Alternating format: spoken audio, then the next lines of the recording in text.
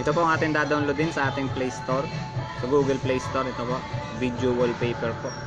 Tapos open po natin yan. Pag na-download yun na, open na lang, open. Then ito pong 3 dot dito sa taas. Ito po. Nasa taas po. Sa corner, yung pong 3 dot na yun. Tapos select nyo lang po yung local video.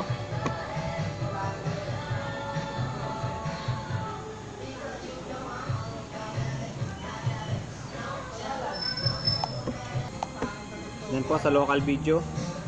Ito po yung video natin. I-select nyo lang po dito kung alin po yung inyong gagamiting video. Halimbawa po ito. Yan po. I-set as launcher nyo lang po. Ito pong nasa baba. Click nyo lang po yan. Then successfully set na po. Okay nyo na lang. Tapos na po yun. Naka wallpaper na po siya. Yun lamang po. Salamat.